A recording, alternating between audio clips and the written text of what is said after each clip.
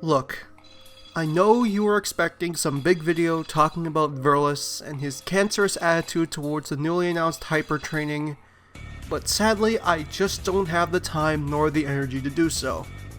My uncle passed away a couple of days ago, and being someone I truly cared about, I'm not exactly in the highest of spirits right now. So I'll just quickly run through this problem. The argument that Verlis poses is that hypertraining is not only encouraging cheaters, but is also discrediting all the hard work that legit players went through in order to obtain their Pokemon. This is wrong on many different levels, but let's start with the main one. The fact that he's making claims about something we're not even fully informed about.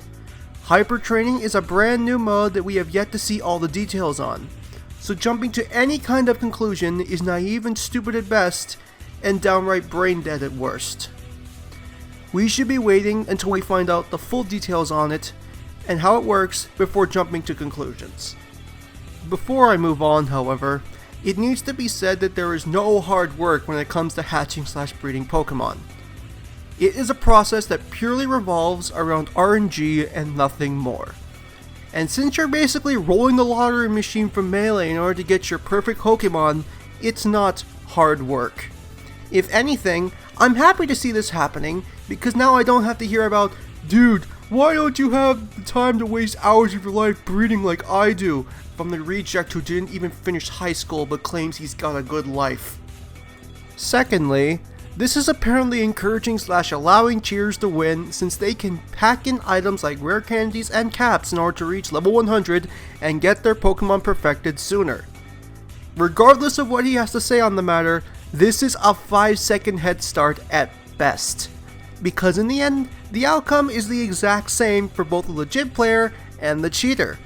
Sure, he gets it sooner, but why does that matter? The end result is what we should be looking at.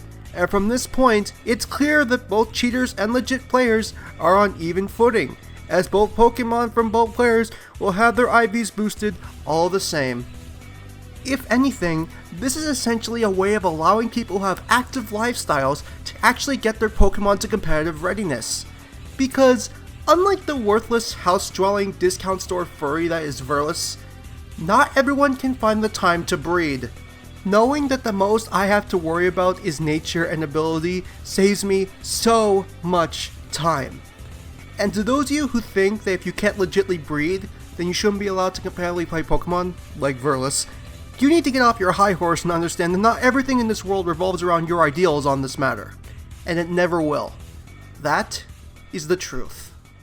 Thirdly, he argues about the fact that due to the time it takes to level up to level 100, that it's going to encourage cheaters even more. Again, he's making an assumption off of something we don't know all about, so just ignore him in that regard, as he has nothing worthwhile to add to the argument. Although getting to level 100 as of Gen 6 is incredibly easy, along with people saving a lot of their Pokemon from previous gens, most of which are very close to or are level 100. I've still got my Sceptile from my first Sapphire playthrough. Do you? Well, he also tries to argue that this is essentially Game Freak's way of copping out against getting hackers under control, but if anything, he's just upset that he has more competition. I mean, come on, why else would you be so anal about cheaters, unless you were a terrible battler that loses all the time? I mean, seriously. If he is calling every shiny Pokemon he sees in competitive play hack/cheated, it definitely shows some signs of resentment. That shiny Ditto probably stole his girlfriend. I mean, right after Smogon was done with her, that is. Fourthly, he tries to argue that this ruins the competitiveness of Pokemon. And I'm sorry, but as someone who is all about actual competitive games, i.e. fighting games, the purest form of competitive game there is, Pokemon barely qualifies as competitive. At most, it's a bright and flashy version of chess. Now, if we're talking Pokken Tournament, then it's a different story. Even if the Evo Champ won for more breaks than porn, I am not kidding, look it up, that is a competitive game by every definition of the word. I play a lot of Overwatch, that is also a highly competitive game that was designed to be so. Pokemon was designed to be an RPG/bond builder first, and the competitive games second. Although the fuck-ups that were Gen 6 games would probably have you think otherwise. Fifthly, he argues that this removes the need to breed whatsoever.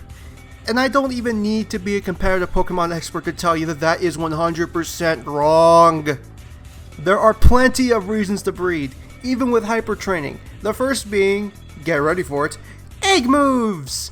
These are still a big reason why people breed to this day, and it will still be a reason to breed when Sun and Moon are released.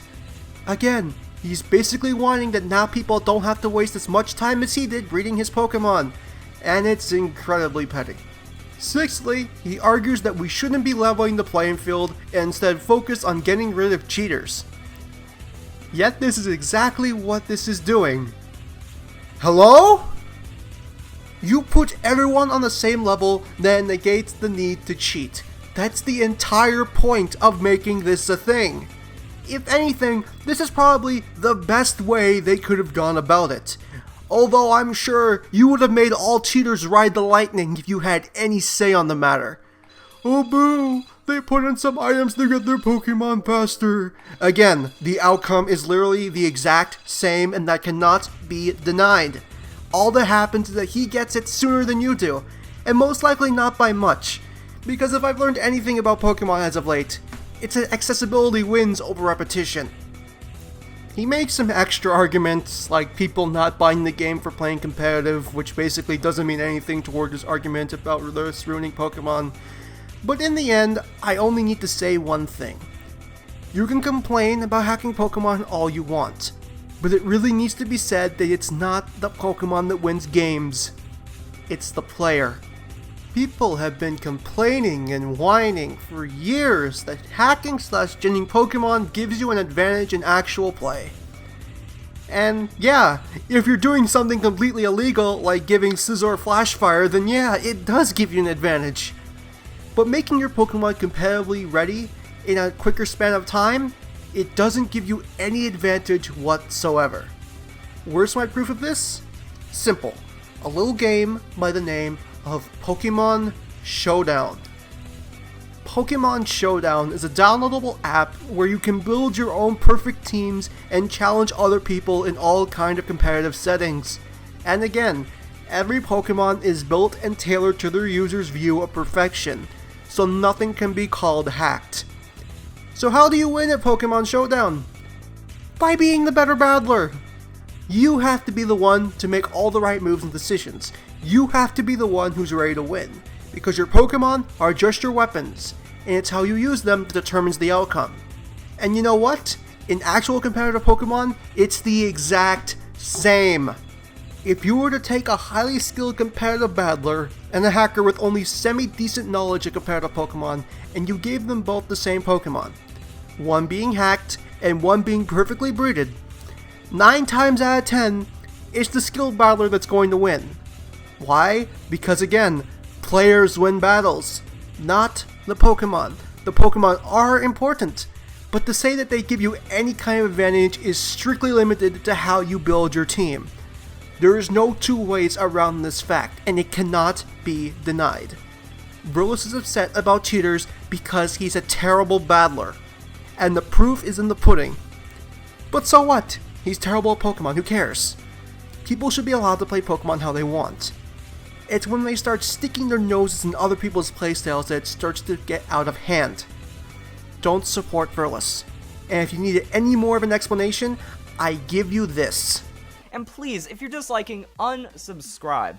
You are of no value to me, your negativity is not welcome on this channel, and if you're just like here to only subscribe and dislike a video, then your opinion doesn't matter at all, because if you're going in with negative intentions, that's not going to change my content in any way. So that's the thing. And also, this is one of my most liked videos in comparison, that 33,000 views, 1,600 likes, compared to 40,000 views and 1,300 likes. So this video is getting more support and more likes than my average video, and that's how I view my YouTube. I'm all about positivity here, because if I have 10,000 likes and 5 dislikes, that is no different to me than 10,000 likes and 10,000 dislikes.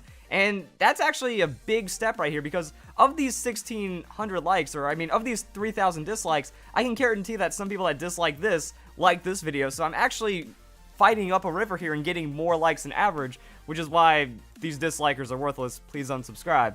He doesn't care about you unless you're on his side, so what's the point in supporting him? You're worthless. You don't matter. You're there to bring him more money. This man is living in a house in Seattle off of the money he made from you, because you said you stand with Verlis, which I'm glad I hardly see anymore since people are actually getting it. So, when Sun and Moon drops, guess what he's going to do? He's going to suck you dry for all you're worth.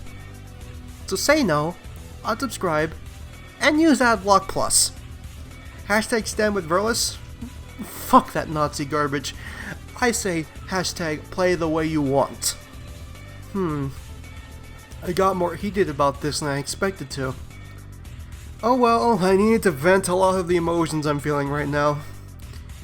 Well, I'm sorry you had to sit through this entire video, but I am more than finished as of now. I give up. He's a hopeless loudmouth jobber. And you should give up on him too. With that, I say peace, and I hope you have a nice day.